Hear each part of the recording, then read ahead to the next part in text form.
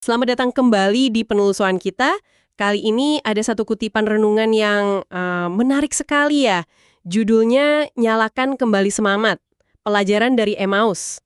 Oh iya, dari tanggal 1 September 2025 ya? Betul. Fokusnya ke kisah Emmaus di Lukas 24 ayat 13-32 itu. Plus ada beberapa refleksi tambahannya. Oke, jadi kita mau gali soal pengalaman kehilangan semangat ini ya. Sesuatu yang, ya, kayaknya hampir semua orang pernah ngalamin lah sesekali. Iya, persis. Dan gimana cerita murid-murid Emmaus ini bisa kasih kita semacam perspektif baru gitu. Terutama soal iman dan hubungan kita sama firman Tuhan. Sip. Nah, sumber ini langsung to the point ya. Gambarin perasaan hampa pas bangun pagi. Itu kena banget rasanya. Iya kan. Semangat buat hal-hal yang dulu kita suka, entah kerja, pelayanan, doa sekalipun, tiba-tiba rasanya, aduh, hambar, melelahkan. Kayak api unggun yang kehabisan kayu bakar ya. Analoginya di situ. Pelan-pelan redup terus mati. Betul. Dan renungan ini juga nyebutin, ini tuh bukan proses instan biasanya, tapi akumulasi dari macam-macam faktor. Oh gitu. Apa aja tuh? Bisa jadi kombinasi. Ada faktor rohani jelas, tapi juga mental, fisik, bahkan lingkungan eksternal kita. Semuanya bisa ikut andil bikin semangat kita drop. Oke. Kompleks berarti ya. Nah, terus renungan ini ngajak kita langsung ke Lukas 24 kan? Ke momen setelah, ya, peristiwa besar di Yerusalem itu. Ya, ke perjalanan dua murid ke Emmaus, jaraknya sekitar 11-12 kilometer lah dari Yerusalem. Tapi bukan jaraknya yang penting, tapi kondisi mereka itu loh. Nah, itu dia. Renungannya nge-highlight banget gimana mereka jalan dengan muka muram. Kenapa muram? Ya karena harapan mereka hancur lebur kan? Betul. Yesus yang mereka harap-harapkan bakal membebaskan Israel. Ya, harapan mesianik zaman itu kan kuat banget ya, bukan cuma rohani, tapi juga politis dari Romawi. Malah baru aja disalibkan, kebayang sih galaunya. Penulis renungannya pakai kalimat yang tajam, harapan yang dulu membara kini tinggal abu. Wah, itu gambaran yang kuat banget ya buat semangat yang padam. Nggak cuma sedih, tapi udah level kecewa berat, bingung, putus asa. Dan justru di kondisi kayak gitu, Yesus datang, mendekat, jalan bareng mereka. Tapi anehnya mereka nggak ngenalin ya. Katanya ada sesuatu yang menghalangi mata mereka. Apa ya itu kira-kira? Bisa jadi, ya kesedihan sama kekecewaan mereka itu sendiri yang jadi selubung, bikin mereka nggak melihat dengan jernih. Masuk akal sih. Terus kan Yesus nanya tuh, lagi ngobrolin apa sih?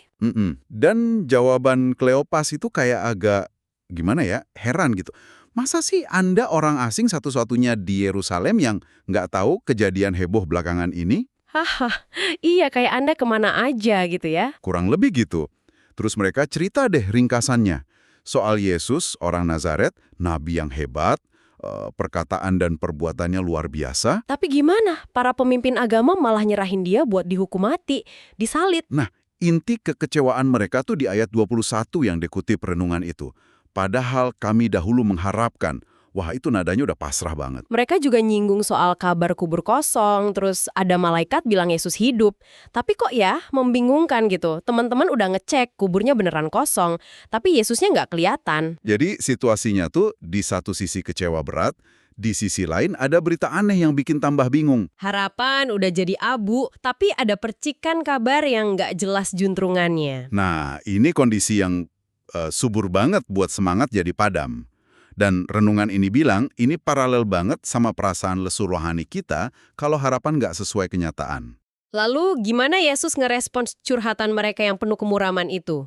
Kan di sini nih katanya titik baliknya. Ya, ini penting.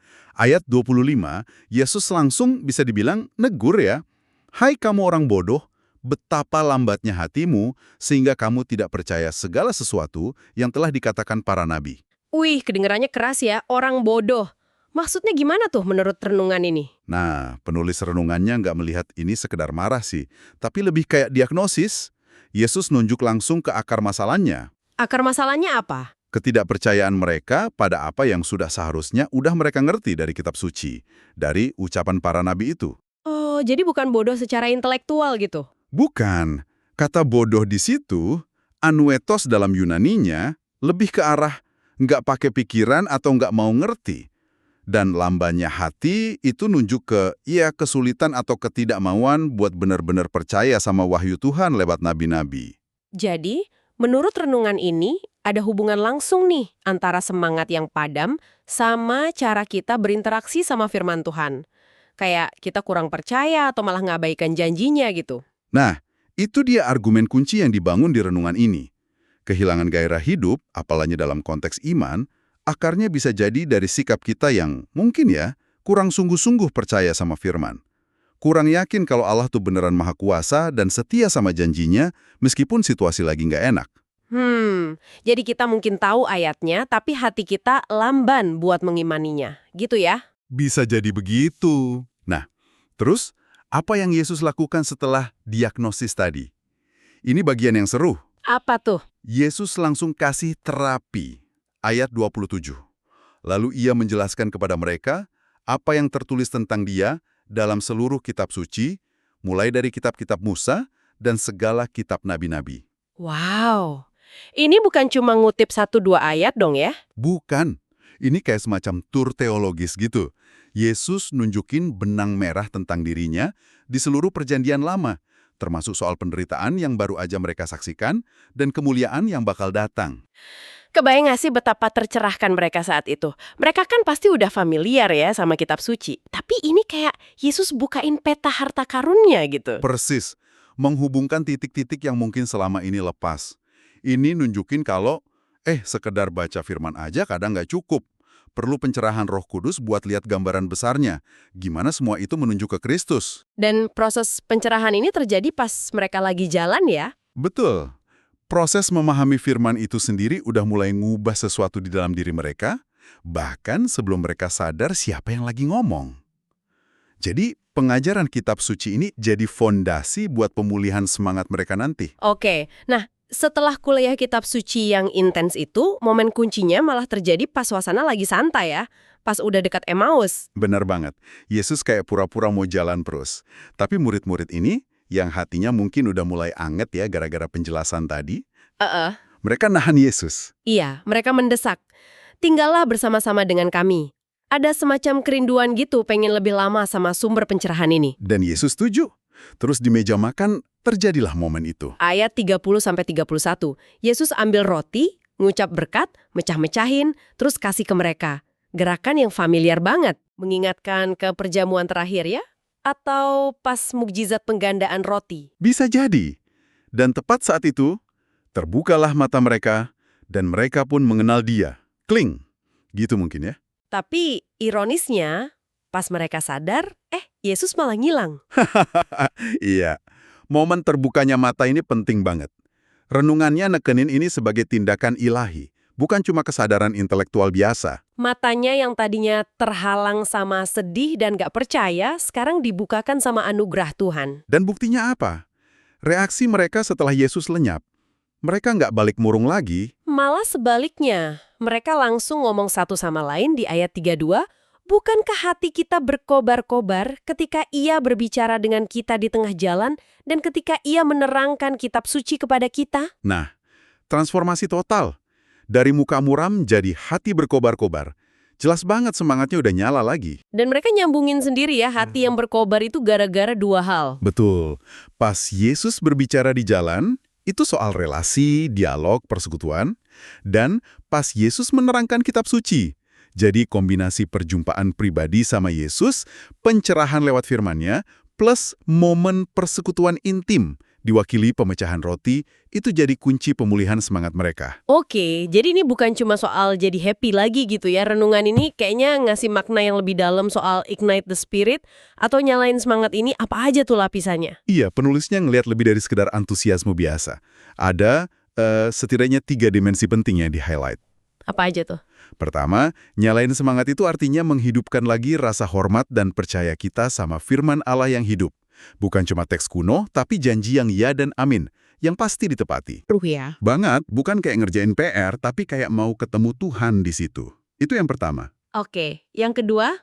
Kedua, ini soal menyegarkan kembali cinta mula-mula kita sama Tuhan Yesus. Perjalanan iman kan kadang bikin hubungan jadi rutin, dingin, Nah, perjumpaan pribadi sama Yesus yang seringkali lewat pemahaman baru akan firman atau persekutuan, itu bisa ngobarin lagi kasih dan keintiman. Pengenalan di Emmaus itu momen penyegaran hubungan mereka. Masuk akal, cinta yang membara lagi. Terus yang ketiga? Ketiga, ini nyambung ke menjaga api Roh Kudus tetap nyala di dalam kita. Roh Kudus kan sering dilambangkan api ya di Alkitab, pemberi kuasa, gairah, karunia, kehidupan rohani yang dinamis. Jadi nyalain semangat itu artinya kita aktif jaga hubungan sama Roh Kudus. Nggak biarin apinya padam gitu. Betul. Jangan sampai padam gara-gara dosa atau kita cuek, atau sibuk sama duniawi. Jadi 3 hal ini, hormat sama firman, cinta sama Yesus, dan api Roh Kudus, ini nyambung semua dalam konsep nyalahin semangat menurut renungan ini. Jadi bukan soal motivasi diri dari luar ya, tapi pemulihan hubungan vertikal yang mendasar. Tepat sekali. Dan disinilah relevansinya buat Anda yang lagi dengerin. Kalau mungkin Anda lagi ngerasa, aduh lagi lesu nih rohaninya, atau lagi nggak ada gairah di area hidup tertentu. Kisah Emmaus ini, lewat tafsiran renungan tadi ngasih semacam pola ilahi ya. Iya. Perjumpaan pribadi sama Yesus yang seringkali lewat pemahaman baru akan firman Tuhan, dan dalam konteks persekutuan, itu jadi kunci buat hati kita bisa berkobar lagi. Oke, coba kita tarik benang merahnya ya. Kita mulai dari rasa hampa, semangat padam. Terus lihat cerminannya di murid Emmaus, muka muram, harapan pupus. Lalu Yesus datang, awalnya nggak dikenali. Terus dia negur kelambanan hati mereka buat percaya kitab suci. Habis itu, dengan sabar dia bukain pemahaman mereka soal firman, yang semuanya nunjuk ke dirinya. Puncaknya, pas momen akrab makan bareng, mata mereka kebuka, hati mereka berkobar. Semangat nyala lagi. Bukan karena usaha sendiri, tapi karena perjumpaan ilahi. Nah, dari sini ada pertanyaan reflektif penting ya yang diajukan renungan ini buat kita renungkan. Betul, bukan buat dijawab sekarang sih, tapi buat dibawa pulang gitu. Coba deh Anda identifikasi, ada nggak area spesifik di hidup Anda sekarang, mungkin kerjaan, hubungan, pelayanan, atau bahkan hubungan pribadi sama Tuhan, di mana Anda ngerasa semangatnya lagi redup atau padam? Wah, ini pertanyaan yang butuh kejujuran diri banget ya. Iya. Terus lanjutannya, pertanyaan kedua, kalau udah nemu areanya, berdasarkan pengalaman Emmaus tadi, kira-kira langkah kecil apa ya yang mungkin bisa Anda ambil buat coba nyalain lagi api itu? Penekanannya di langkah kecil ya, bukan sesuatu yang drastis gitu. Betul, mungkin bukan langsung berubah total, tapi pergeseran kecil. Mungkin coba dekati firman Tuhan dengan cara pandang baru. Atau cari persekutuan yang otentik, di mana bisa jujur soal kondisi hati. Atau sesederhana nyediain waktu hening buat secara sadar ngundang Yesus tinggal bareng, kayak permintaan murid-murid itu ya. Bisa jadi. Intinya ini bukan formula ajaib, tapi undangan buat kita buka diri sama cara kerja Tuhan yang kadang nggak terduga, yang bisa nyalain semangat dari dalam. Pemikiran yang kuat banget ini, buat kita bawa pulang. Persis. Kuncinya di keterbukaan pada perjumpaan dan pencerahan ilahi yang seringkali datang lewat cara-cara yang udah Tuhan sediain, firman-Nya dan persekutuan dengannya, juga dengan sesama. Oke, terima kasih banyak sudah menyimak penelusuran kita kali ini yang fokus pada renungan Nyalakan Kembali Semangat, pelajaran dari Emmaus. Semoga obrolan kita ini bisa ngasih wawasan baru atau paling enggak ya percikan buat Anda merenungkan lagi sumber semangat sejati dalam hidup Anda masing-masing.